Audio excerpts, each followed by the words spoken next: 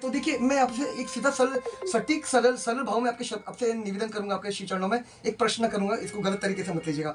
जैसे मान लीजिए कि कोई मुझसे प्रेम करता है या कोई आपसे प्रेम करता है, तो आप क्या जाने अनजाने उसको मतलब अपना जीवन में अपना लेंगे उसको? पहले आप खातिरी करेंगे ना, परीक्षा करेंगे, उस पर जांचेंगे परखेंगे कि ये सच में प्रेम करता है कि नहीं, है ना? अब उसका देखेंगे सच में वो प्रयास कर रहा है कि, और कितना सच में हर एक परिस्थिति में वो कितना ये कर अपना जो वो बोल रहा है वो उसमें खरा उतर रहा है, वो देखेंगे ना, जांच परखेंगे ना महाराज। तो प्रेम के लिए परीक्षा होती है महाराज। देखिए, मैं झूठ नहीं बोलूंगा, जो सीधा सरल सिद्धांत है वही आपके शिष्यों ने निवेदन करूंगा ईमानदारी से। देखिए, श्री ठाकुर जी परीक्षा लेते हैं महाराज, प्रेम कर, और हमें हर एक पैसे पार करेगा नाम, भजन ही करना है महाराज, और कुछ नहीं करना है, और ईमानदारी से रहना है। हमारा व्यवहार ईमानदार होना चाहिए, हर एक परिस्थितियों में हमारा व्यवहार सत्य होना चाहिए। क्योंकि हम अगर गलत करें ना महाराज, समझिएगा, मैं अगर गलत कर रहा हूँ, छल कपट छिद्र कर रहा हूँ, तो देखिए एक सिद्धांत है, सीधा सरल सिद्धांत है, श्री ठाकुर जी प्रमाणित करते हैं भगवत गीता में। और अगर आपने थियोरी ऑफ रिलेटिविटी आप अंग्रेजी समझते होंगे, तो थियोरी ऑफ रिलेटिविटी आप जानते होंगे। मैं पंखा लगाऊं आपको कंफर्टेबल हो तो? देखिए, श्री ठाकुर जी क्या कहते हैं भगवत गीता में, ये अथमा प्रपद्यन्ते ताम सेते व भजाम्य हम।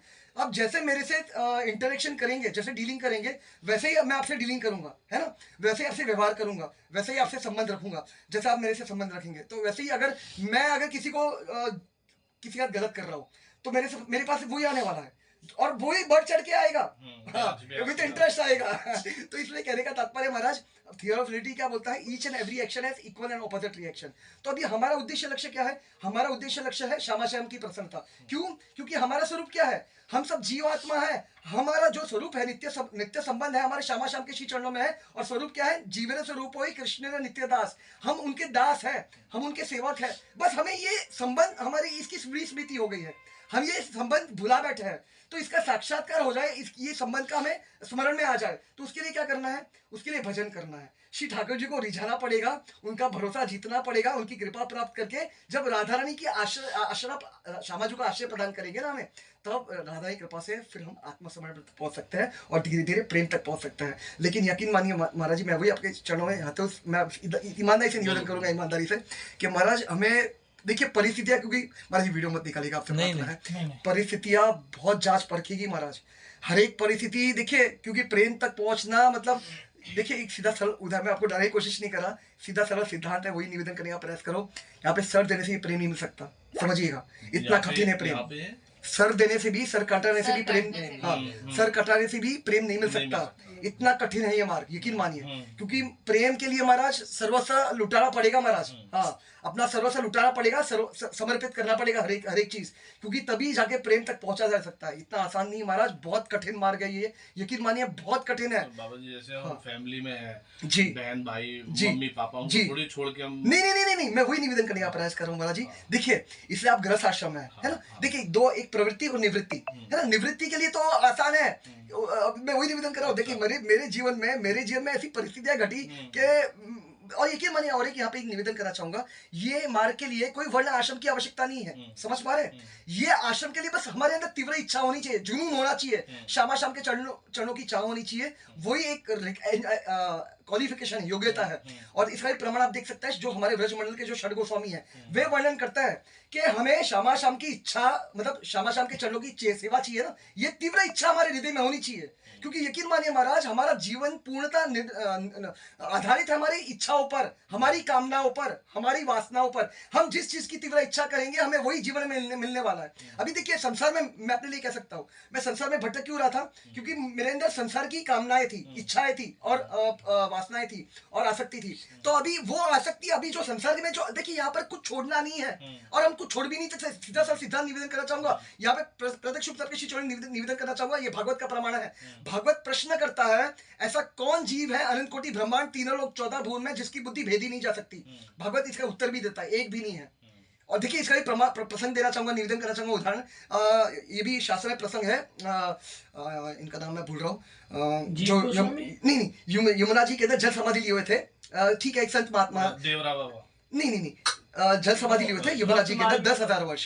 सोचिए, 10 जी, क्षमा कर दीजिएगा, मुझे उसका नाम, उनका महाराज जी का स्मरण नहीं है, क्षमा कर दीजिएगा। तो कहने का एक उदाहरण के माध्यम से आप निवेदन कर रहा हूं, तो समझ पाएंगे। 10,000, सोचिए, मैं आपसे प्रश्न करता हूं, मुझे बताइए, आप जल समाधि लेकर कितने समय तक जल के अंदर रह सकते हैं, अपना सांस रोक सकते हैं? एक आधा मिनट। है ना? सोचिए वो 10,000 वर्ष थे, वो 10,000 वर्ष थे, उसके बावजूद उन्होंने मछलियों का मैथुन देखा और बुद्धि भ्रमित हो गई और वो भटक गए मार्ग से।